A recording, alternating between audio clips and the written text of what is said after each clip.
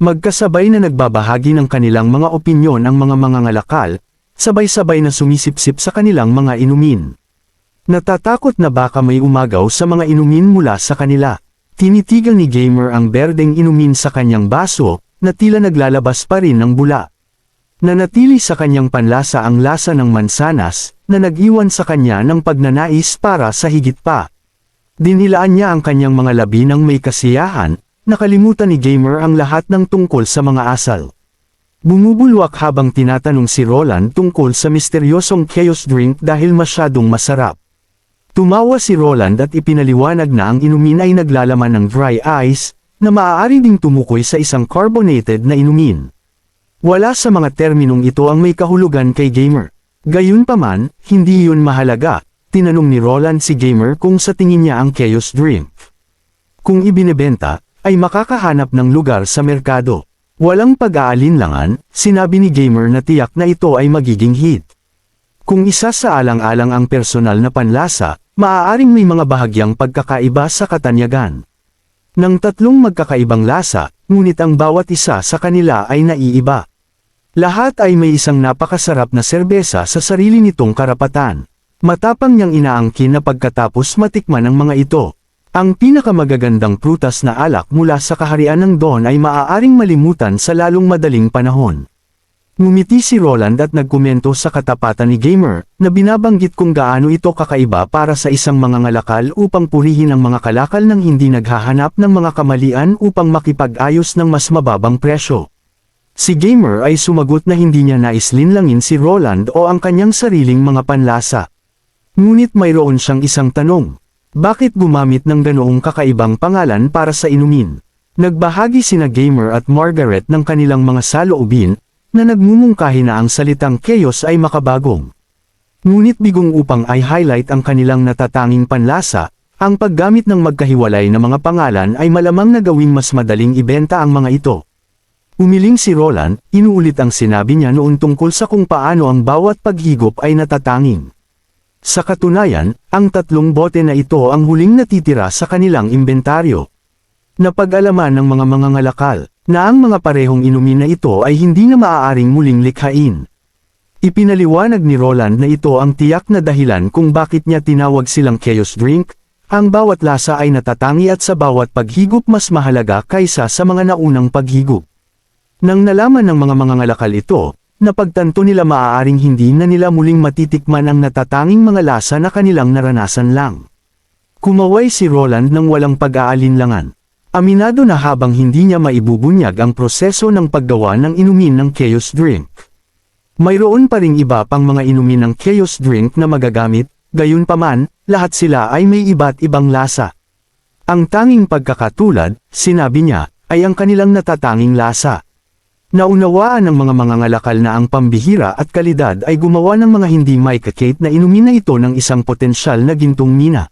Si Gamer ang unang nagpahayag ng interes. Umaasa na ibabahagi ni Roland ang mga produktong ito sa kanyang kalakalan ng barko. Ipinagmalaki niya ang kanyang mga barko na naglayag sa mga baybayin ng lahat ng 4 na kaharian. Nangangako ng malaking kita para kay Roland. Isa pang mangangalakal, si Curious, na nagsabi ang pangunahing focus ni Gamer ay nasa teritoryo ng kaharian ng Dawn at kung papalawakan niya ang kanyang kalakalan ruta. Sinamantala ang pagkakataon, mabilis na ipinagmalaki ng mangangalakal na ang kanyang armada ang pinakamalawak sa kaharian ng Wolfheart. Sa pagmamasid sa kanilang pagtatalo, iminungkahi ni Roland ang pagtatatag ng isang magkasanib na guild ng kalakalan. Pipigilan ng guild na ito ang pagbaba ng presyo sa mga presyo dahil sa hindi kinakailangang kompetisyon. Maaaring makipag-ayos ang mga kalahok sa kanilang kani-kanilang teritoryo, at ang lungsod ng Neverwinter lang ang responsable sa pagbibigay ng mga kalakal. Ang diskarte na ito ay magbibigay daan sa mabilis na benta sa pamamagitan ng pamilyar na mga channel ng walang direktang kompetisyon sa mga mangangalakal. Ang mga kita ay ipamamahagi ayon sa isang napagkasunduang kontrata, na tinitiyak ang seguridad ng kalakalan. Mabilis na naunawaan ng mga ngalakal ang konsepto, ngunit may mga tanong na lumitaw tungkol sa mga detalye ng paghahati-hati ng teritoryo at pagbabahagi ng kita. Isinasaalang-alang ang mga gastos sa transportasyon ay magkaiba sa bawat rehiyon. Inaasahan na ni Roland ang mga alalahanin na ito, na nagmumungkahi na sila ay magpatuloy ng mga talakayan hanggang sa maabot ang isang kasiyang kasunduan ng lahat ng partido. Si Margaret ang unang nagpakita ng suporta, at ang iba ay agad na sumunod. Tumango si Roland ng may kasiyahan, pinapaalalahanan sila na ang pagtutulungan ay palaging mas makapangyarihan kaysa sa mag-isa. Di nagtagal, itinatag ang magkasanib na guild ng kalakalan. Samantala, sa Slumbering Island, natipon na ni Camilla ang mga pangalan ng mga mangkukulam na handang magpadala ng suporta sa Western Territory. Kinuha ni Tilly ang listahan at sinuri ito. Higit sa kalahati ng mga mangkukulam sa Slumbering Isle ang handang tumulong, isang mas mahusay na kinalabasan kaysa sa inaasahan niya. Bago ito, naging transparent si Tilly sa mga mangkukulam sa fjord, malinaw na ipinagbigay alam tungkol sa dating kaharian ng Bruja, ang Federation, at ang mga demonyo. Gayunpaman, lahat ay mayroon din opsyon upang magpatuloy sa pamumuhay sa fjord. Iniisip ito ni Camilla na binanggit iyon. Karamihan ay interesado sa pagtalo ni Haring Roland sa simbahan, at sabik silang lahat na makilala siya. Napansin ni Tilly ang pag-aalala ni Camilla at nais malaman kung ano ang nais niyang sabihin. Ibinahagi ni Camilla ang kanyang mga alalahanin, si Roland ay isang maharlika pa rin, at mayroong panganib na ang mga mangkukulam ay maaaring malaipat ang kanilang tiwala mula kay Tilly sa kanya. Naniniwala si Camilla na, pagdating sa mga interes, ang mga ugnayan ng dugo ay maaaring maging isang balakid minsan, ngunit pinakamahusay na maghanda para sa pinakamasama.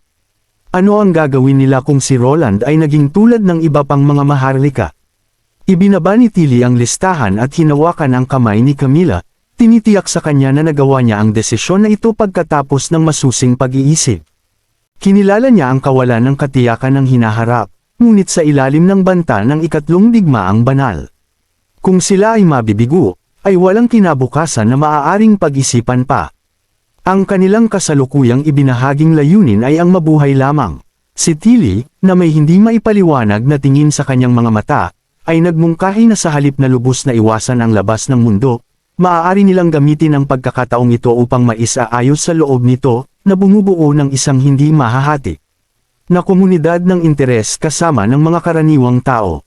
Kung ang kanilang mga kakayahan ay lumalaganap sa iba't ibang larangan, kahit na gusto ni Roland na sirain ang kanyang kasunduan sa Slumbering Island, hindi niya magagawa iyon nang walang kapangyarihan ng mga mangkukulam. Nag-aalala si Camilla na baka magpataw si Roland ng labis na paghihigpit sa kanila. Ngunit hinimok siya ni Tilly na huwag maging labis na pesimista. Batay sa kanyang mga obserbasyon sa nakalipas na 6 na buwan, hindi naglagay si Roland ng anumang karagdagang limitasyon sa anumang mangkukulam. Sa huli, pinili ni Tilly na tiwalaan ang kanyang mga instinct, na naniniwala na hindi gagawin ni Roland ang ganoong bagay.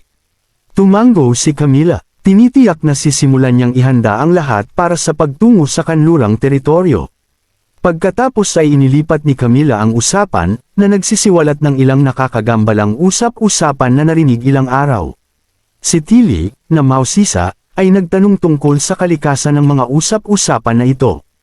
Lumabas, sa mga mangkukulam, ang ilan ay naniniwala na, dahil ang kanilang mga ninuno ay minsang nagtayo ng isang malawak na imperyo na namamahala sa lahat ng ordinaryong tao, dapat nilang kopyahin ang Federation at magtatag ng isang organisasyon na may mga mangkukulam sa posisyon ng pamamahala, upang ibalik ang dating kaluwalhatian ng kanilang mga ninuno. Agad na naisip ni Tilly ang Blood Fong. Umiling si Camilla, na nagpapaliwanag na ang mga mangkukulam ng Blood Fong ay naniniwala sa lakas higit sa anumang bagay. Mga taong tulad ni Naide, Shadowfeather, at Nightfall, at marami sa mga orihinal na miyembro nito ay aktwal na kabilang sa mga unang nagboluntaryo upang suportahan ang lungsod ng Neverwinter.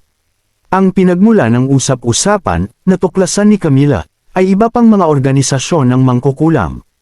Nireflekta ni Tilly ito, isinasaalang-alang na ang Slumbering Island mismo ay binubuo ng iba't ibang maliliit na grupo, bagamat wala sa kanila ang kasing lakas ng iba.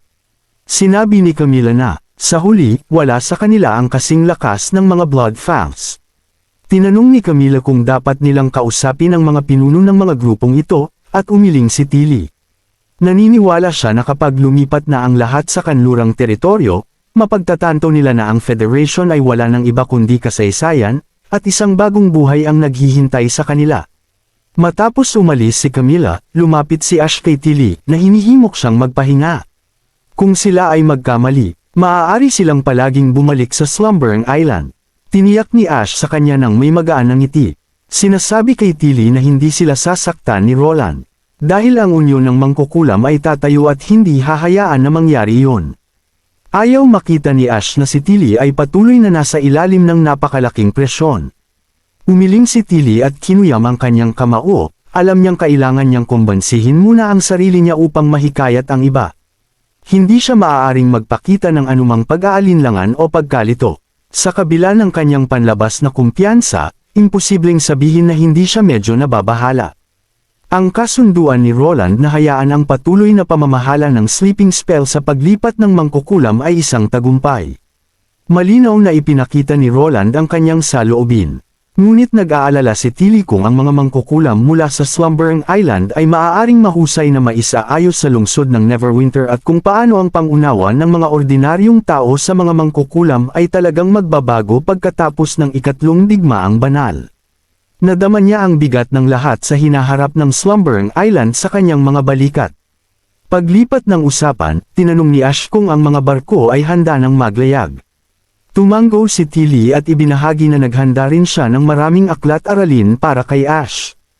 Umatras si Ash, iwinawagayway ang kanyang kamay, malinaw na natatakot sa teksto, na sinasabi na ang pagbabasa sa isang barko ay magdudulot sa kanya ng pagkahilo sa dagat.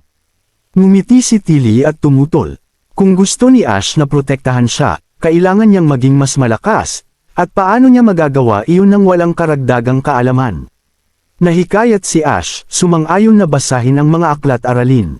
Nakita ito, medyo nabawasan ang pagkabalisa ni Tilly.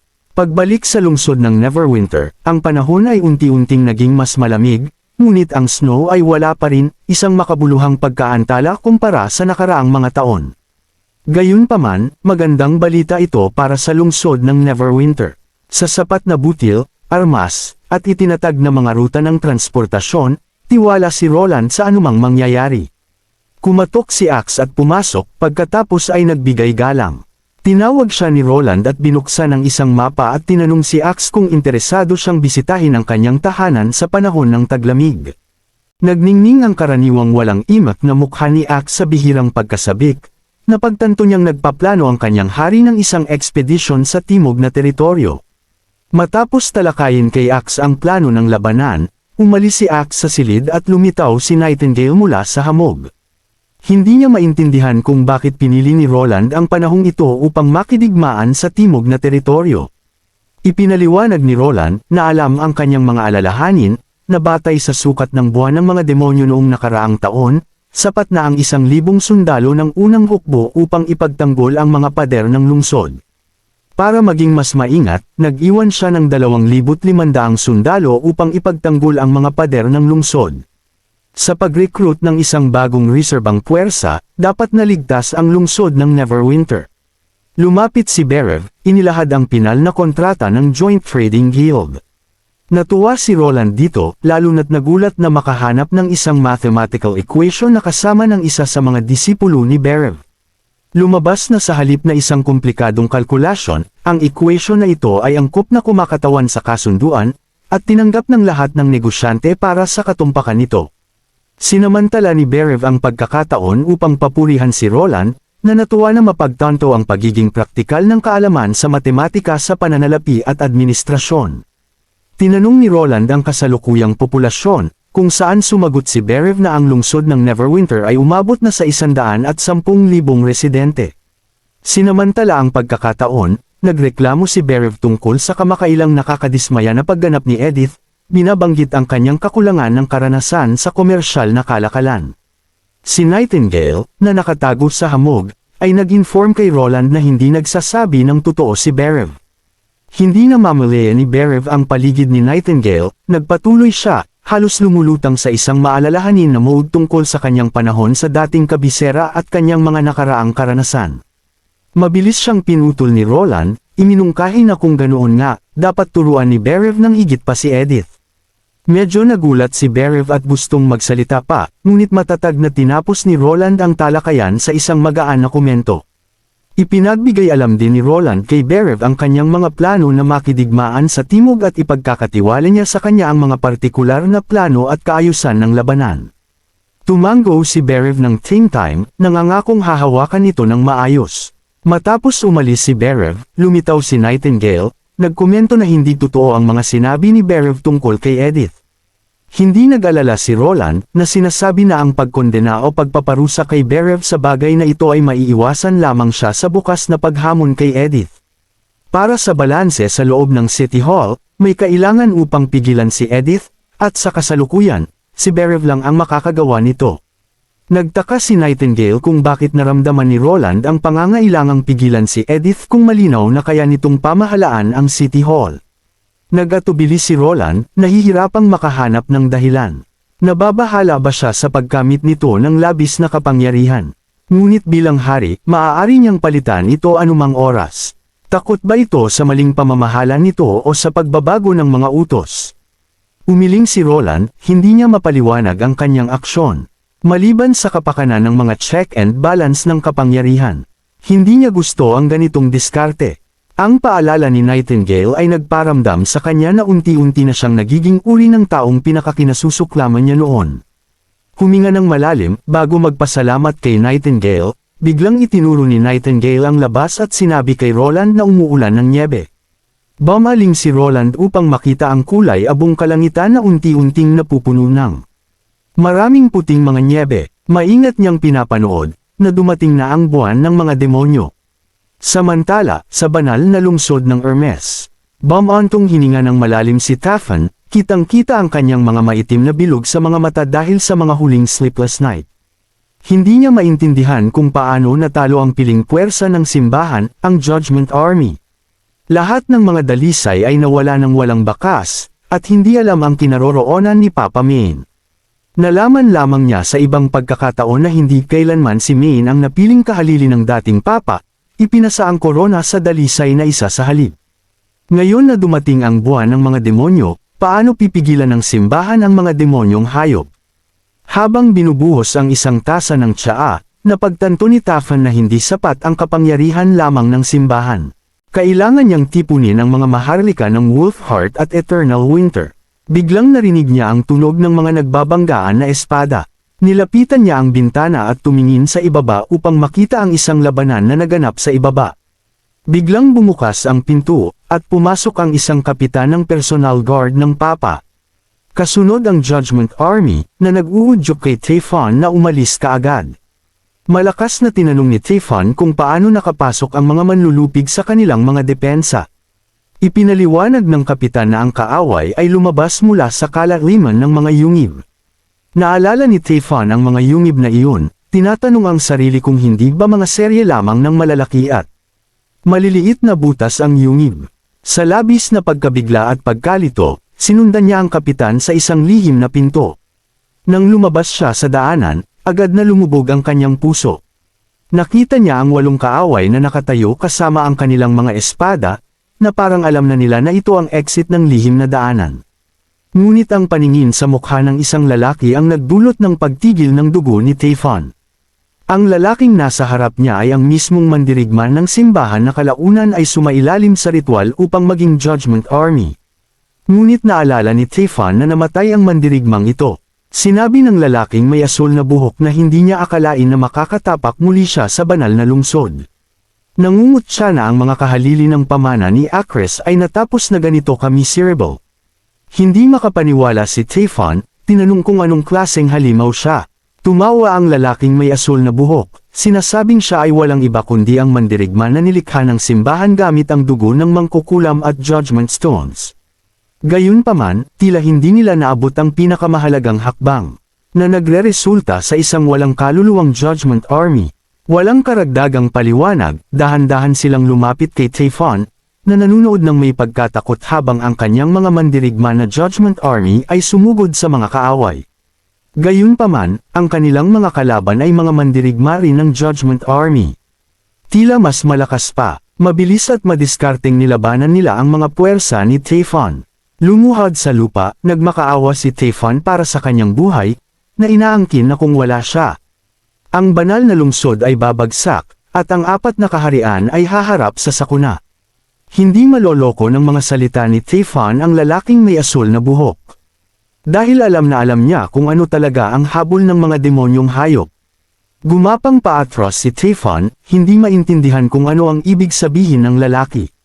Tumawa ang lalaking may asul na buhok, na napansin na ang tinatawag na arsobispo ay hindi pa nakakakita ng relikiya. Bago pa makasagot si Typhon, nakaramdam siya ng panginginig sa kanyang leeg, umikot ang mundo. Isa sa mga lalaki, na nakatayo sa tabi ng asul na buhok na lalaki matapos patayin si Typhon, iminungkahi na dapat na nilang ituloy ang kanilang aktwal na gawain. Pinaalalahanan siya ng isa pang ihinto muna ang pagdurugo. Pagkatapos ay napagtanto ng lalaki na nasugatan siya sa kanyang tiyan, isinumpa niya ang kawalan ng anumang pakiramdam sa kanyang katawan. Habang tinatanggal niya ang kanyang baluti, nagkomento ang isa na ang ganitong katawan ay makakakuha ng hindi bababa sa 50 ginto sa Tikira. Isa pa, tinatakpan ang kanyang mukha, inamin hindi niya matandaan ang kanilang mga araw sa Tikira, kumpara sa kanilang buhay noon, pakiramdam nila ay sila ay bilanggo. Bigla, ang nagpapagaling sa sugat ng lalaki ay sumandal malapit sa kanyang maskuladong dibdib. Nagmumukhang gustong matikman muli ang lasa ng tao, na handang magbayad ng anumang halaga upang pakasalan siya bilang asawa. Ibinahagi din ng iba ang kanilang mga nais, ang ilan ay nangungulila sa masarap na steak, ang iba ay nangungulila sa pagpapaaraw. Bagamat silang lahat ay matangkad, maskuladong kalalakihan, ang kanilang mga ekspresyon at tono ay sorpresang pambabae. Karamihan sa inyo ay dapat alam na ang nangyayari ngayon. Ang mga Judgment Army ay sinaniban ng mga espiritu ng mga mangkukulam ng Tikira mula 400 taon na ang nakalilipas. Matapos ang kanilang mapaglarong pagtatalo, mahigpit na pinaalalahanan ng isa sa kanila ang grupo na huwag kalimutan ang layunin ng kanilang misyon. Itinigil na nila ang kanilang pagbibiro at seryosong nagpatuloy patungo sa tuktok ng lihim na silid. Nang makarating sa tuktok, pumasok sila sa isang lihim na silid. Bukod sa isang magic stone na naglalabas ng mahinang asul na glow, ang silid ay walang laman. Hinugot ng isa sa kanila ang isang martilyo at sinimulang durugan ang dingding, mabilis na natuklasan ang isang bagay. Nagtulungan sila sa pagbasag ng dingding.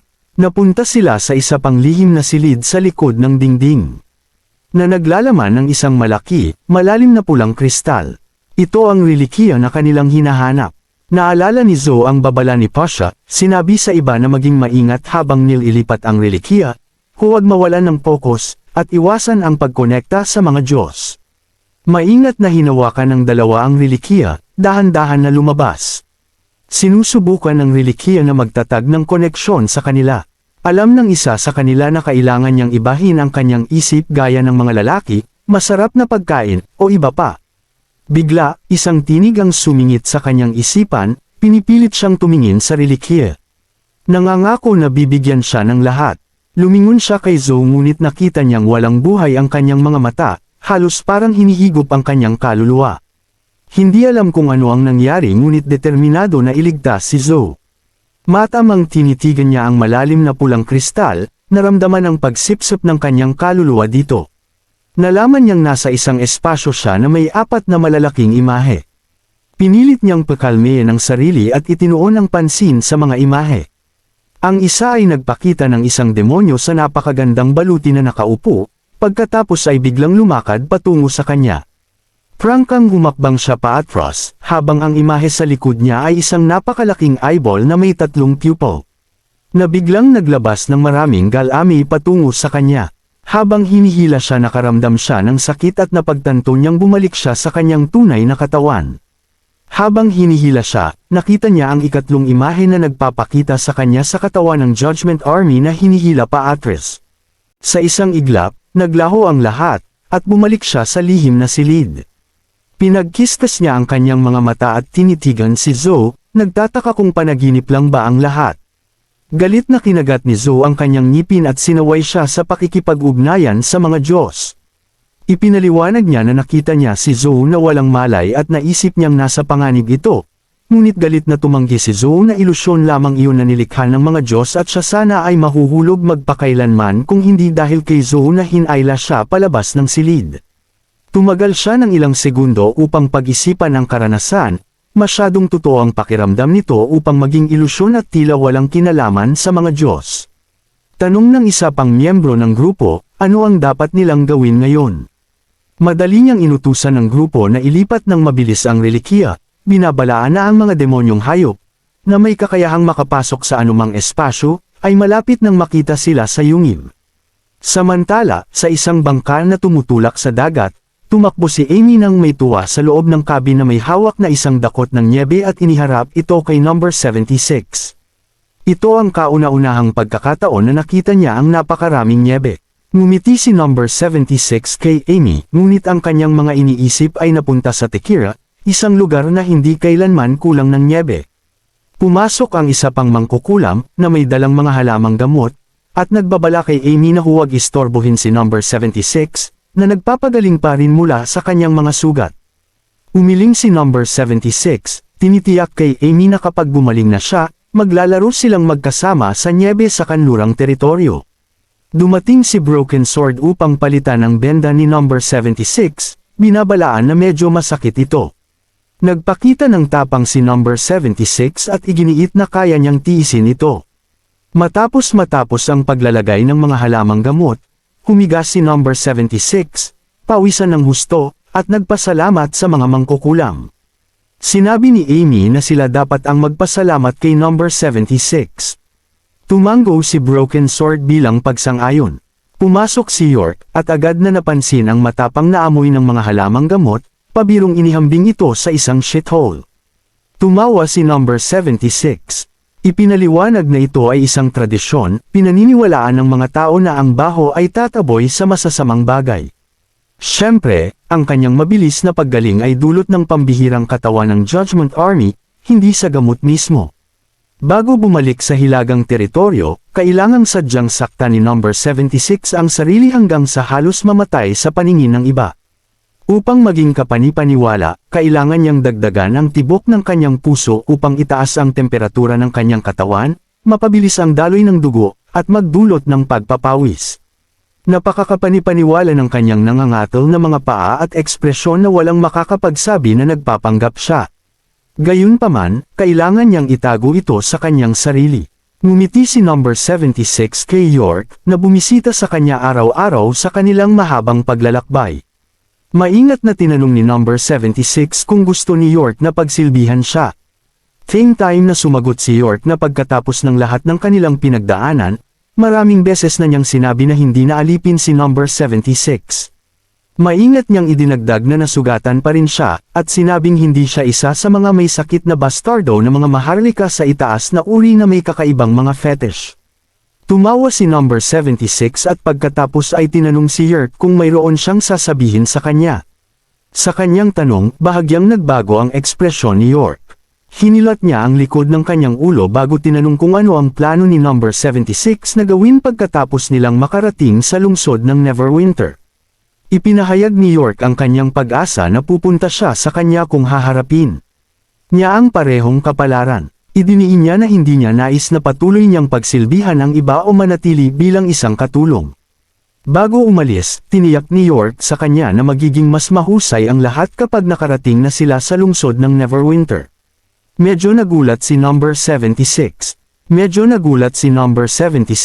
Nag-abala ba si York sa lahat ng oras na ito para lamang sabihin ang mga salitang ito? Naantig sa kanyang pag-aalala, ngumiti siya at nagpasalamat kay York.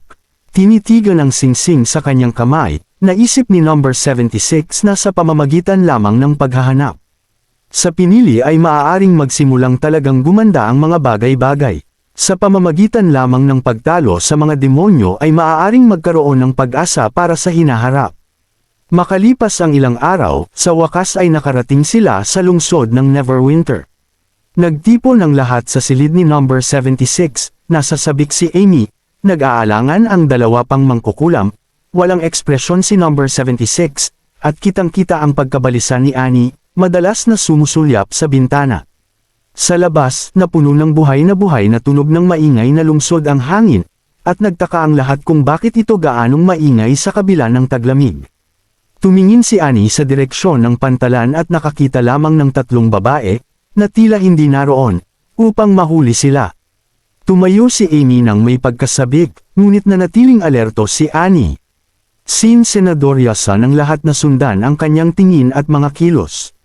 Hindi nagtagal, kumatok sa pinto ng cabin at pumasok si Wendy, na nangunguna kay Nightingale at Leaf, na may ngiti ng pagtanggap. Ipinakilala niya ang sarili at binati ang lahat sa lungsod ng Neverwinter. Ang kanilang hindi inaasahang pagbati ay hindi nila inaasahan. Naisip ni number 76 na kahit nasa Tekira, ang pagtanggap para sa mga bagong mangkukulam ay hindi gaanong casual. At nagulat siya na hindi muna tinanong ng nangungunang mangkukulam ang kanilang mga kakayahan. Noong panahong iyon, napansin ni number 76 ang isa sa mga mangkukulam, isang magandang blonde, na nakatingin ng marahan sa kanya, na parang nakikita ang lahat. Nagpanggap na nahihiya si number 76 at tumingin sa malayo. Sumabat si Annie kay Wendy, tinatanong kung bakit hindi niya sinimulan sa pamamagitan ng pagtatanong sa kanilang mga kakayahan. At sumagot ng mahina na ang pagsubok sa kakayahan ay karaniwang naka-schedule 3 araw pagkatapos. At sila ay pagod na mula sa kanilang paglalakbay, iminumungkahi na magpahinga muna sila. Nanatiling tense si Annie at tinanong kung ano ang mangyayari kung ipakita ng pagsubok na wala silang silbi. Tiniyak ni Wendy sa kanya nang mahinahon na sa lungsod ng Neverwinter, parehong kinikilala ng unyo ng mangkukulam at ni Haring Roland na walang ganoong bagay na walang silbi na kakayanan. Naiintindihan ni Wendy ang kanilang mga pangamba, dahil ganun din ang naramdaman ng maraming mangkukulam bago tumunggo sa lungsod ng Neverwinter. At tiniyak sa kanila na hindi sila pipilitin gawin ang ayaw nila, kasama na ang pagsali sa unyo ng mga mangkukulam. Nagulat si Annie at humingi ng paliwanag. Maingat na ipinaliwanag ni Wendy na kahit na hindi nila pinili na paglingkuran ng hari, maaari silang mamuhay bilang ordinaryong tao sa lungsod ng Neverwinter. Nagulat ang lahat sa paghahayag na ito, tila hindi makapaniwala si Annie. Hinawakan ni Wendy ang kamay ni Annie upang tiyakin sa kanya, nangangako na unti-unti niyang ipapaliwanag ang lahat. Naisip ni number 76 na ang kapaligirang ito ay perpekto para sa pag-aalaga ng mga mangkukulam na may mataas na paggising. At plano niyang humingi ng pribadong pag-uusap sa unyon ng mga mangkukulam sa ibang pagkakataon, posibleng gawin silang isang sangay ng Tekira. Mahiyain na tinanong ni Broken Sword si Wendy at tinukoy siya bilang ginang Wendy, anong uri ng trabaho ang ginagawa ng mga mangkukulam sa lungsod ng Neverwinter. Natuwa si Wendy na tinanong siya tungkol sa lungsod ng Neverwinter, sinabi niya sa kanila na wag na siyang tawaging ginang, dahil lahat dito ay tinatawag ang isa't isa na mga kapatid. Ipinaliwanag niya na ang trabaho ay may kaugnayan sa kanilang mga kakayahan at makakahanap sila ng mga trabaho na angkop sa kanilang mga kasanayan. Nang marinig na may mga mangkukulam na may kakayahang magpagaling, nagningning ang boses ni Amy sa kilig. Tiningnan ni Nightingale si Wendy, na tumanggo bilang tugon at pagkatapos ay hinimok ang lahat na magpakilala at ibahagi ang kanilang mga kwento. Nadama ni number 76 ang daloy ng mahika sa paligid niya, pinaghihinalaang ang blonde na mangkukulam, si Nightingale. Maaaring gumagamit ng kapangyarihan, upang makita ang mga kasinungalingan. Tiwala sa kanyang kakayahang magdaya, hindi nag-alala si number 76 na malantad. Simula kay Amy at pagkatapos ay lumipat kay Annie, Hero, at Broken Sword, bawat tao maikling ibinabahagi ang kanilang nakaraan. Sa panahon na ito, nagtanong si Wendy ng ilang tanong, at itinala ni Leaf lahat sa kanyang kwaderno.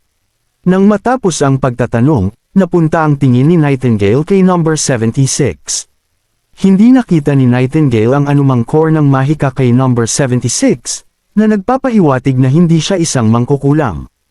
Ipinakilala ni Amy si number 76 bilang kanilang kaibigan na tumulong sa kanila na pigilan ang mga humahabol sa kanila sa kaharian ng Dawn.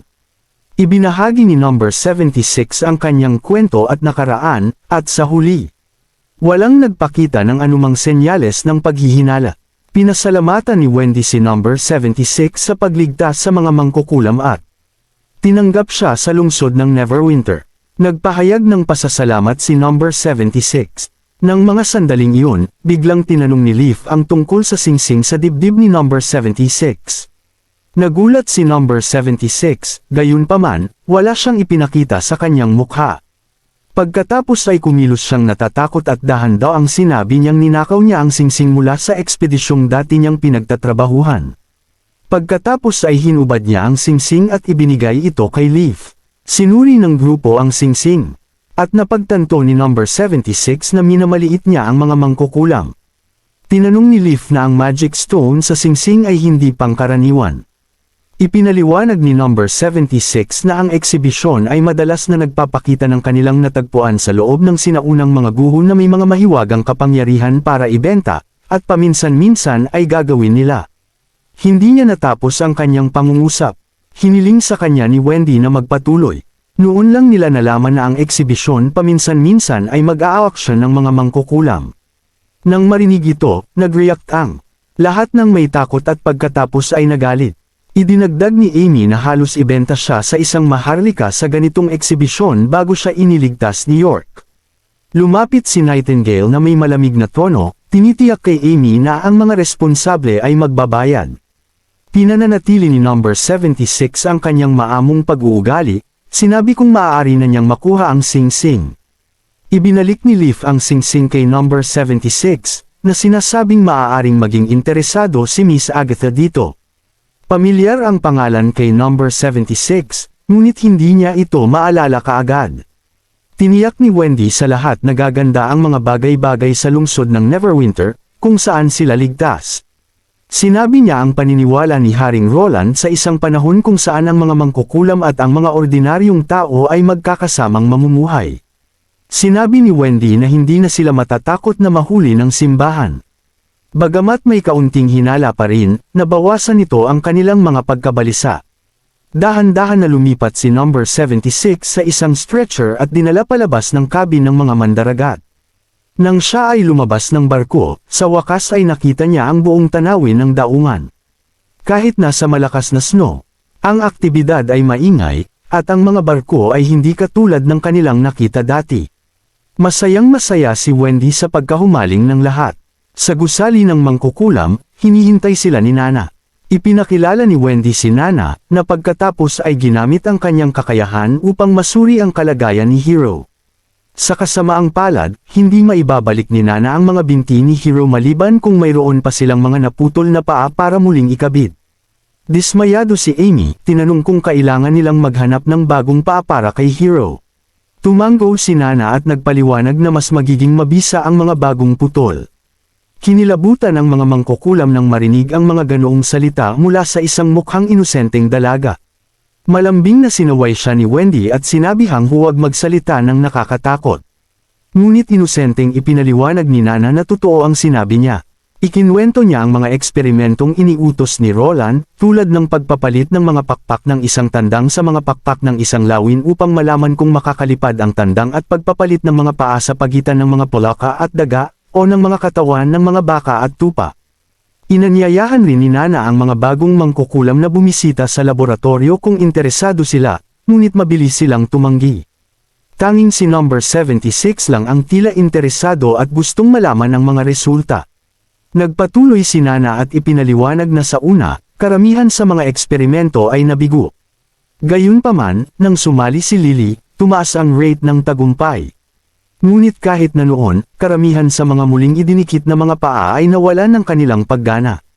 At kailangan niyang putulin at ibalik ang mga ito. Mabilis na tinakpan ni Wendy ang bibig ni Nana, upang pigilan ang mga nakakagambalang kwento. Nagkatinginan ang grupo ng hindi komportable. Hindi alam kung paano ipagpapatuloy ang usapan. Ngumiti si Wendy at tiniyak sa kanila na makakahanap sila ng solusyon para sa mga binti ni Hero balang araw. Hinaplos niya ang ulo ni Nana at hiniling sa kanya na ituon muna ang pansin sa pagpapagaling sa mga sugat ni number 76. Ginamit ni Nana ang kanyang kakayahan at mabilis na gumaling si number 76. Pagkatapos ay nagulat siya at nagsabi na hindi pangkaraniwan para sa isang tao na manatiling gising pagkatapos ng isang napakahalagang proseso ng pagpapagaling. Karaniwan, ang mga tao ay mapapagod ng husto o makakatulog kaagad. Nagulat si number 76 at akmang magpapaliwanag, ngunit pumihil si Amy. Hinayla ang damit ni Wendy at hiniling na gamitin ang kanyang mga binti para sa paggamot kay Hero.